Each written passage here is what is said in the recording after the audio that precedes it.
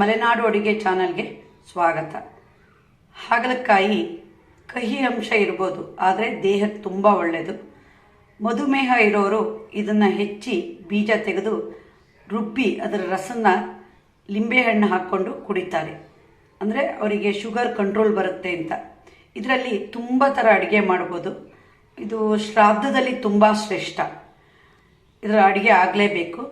ಕಾಯಿ ರಸ, ಹಾಗಲಕಾಯಿ ಮೊಸರು ಬಜ್ಜಿ, ಹಾಗಲಕಾಯಿ ಪಲ್ಯ, ಹಾಗಲಕಾಯಿ ಉಪ್ಪಿನಕಾಯಿ, ಹಾಗಲಕಾಯಿ ಬೋಂಡ ಎಲ್ಲ ಮಾಡ್ತಾರೆ. ನಾನು ಈ ದಿನ ಹಾಗಲಕಾಯಿ ಉಪ್ಪಿನಕಾಯಿ ಹೇಗೆ ಮಾಡೋದು ಅಂತ ಹೇಳ್ಕೊಡ್ತೀನಿ, ಬನ್ನಿ.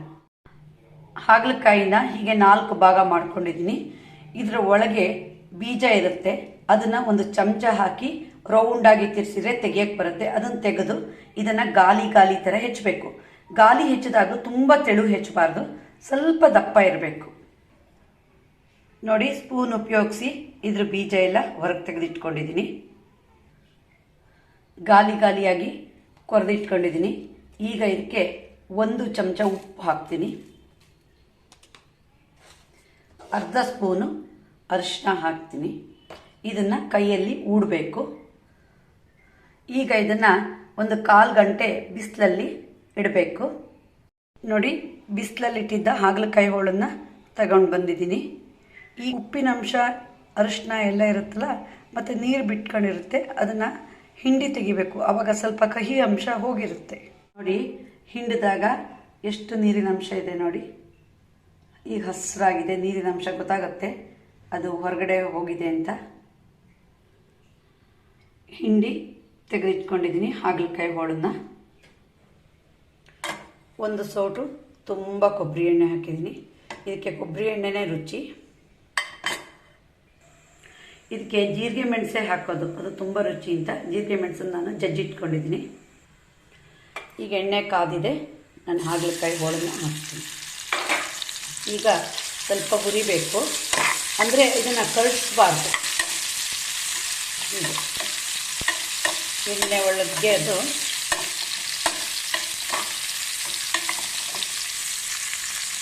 ನೋಡಿ ಹುರಿಬೇಕು ಎಣ್ಣೆ ಒಳಗೆ, ಆದರೆ ಕಪ್ಪಾಗಬಾರ್ದು.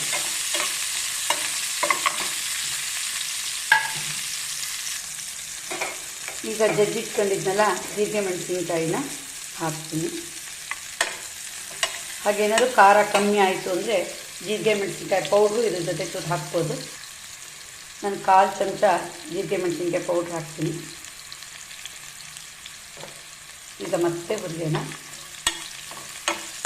ಬಾಡಲಿ. ಉಪ್ಪು ಹಾಕಿ ಇದಕ್ಕೆ ಊಡಿಟ್ಟಿದ್ದಲ್ಲ, ಅದಕ್ಕೆ ತುಂಬ ಉಪ್ಪು ಹಾಕೋದು ಬೇಡ, ಸ್ವಲ್ಪ ಉಪ್ಪು ಹಾಕೋಣ. ಒಂದು ಅರ್ಧ ಚಮಚ ಉಪ್ಪು ಹಾಕ್ತೀನಿ ನಾನು. ಬಹಳ ಸುಲಭ ಇದೆ ಹಾಗಲಕಾಯಿ ಉಪ್ಪಿನಕಾಯಿ, ತುಂಬ ರುಚಿ ಮಾತ್ರ. ಇದಕ್ಕೆ ಲಿಂಬೆಹಣ್ಣಿನ ರಸ ಬೇಕು. ದೊಡ್ಡದಾದ 1 ಲಿಂಬೆಹಣ್ಣನ್ನು ಹಿಂಡಿಟ್ಕೊಂಡಿದ್ದೀನಿ. ನೋಡಿ, ಹೀಗೆ ಬಾಡಬೇಕದು. ಕರ್ಟಿಲ್ಲ ನೋಡಿ, ಕಲರ್ ಚೇಂಜ್ ಆಗಿದೆ.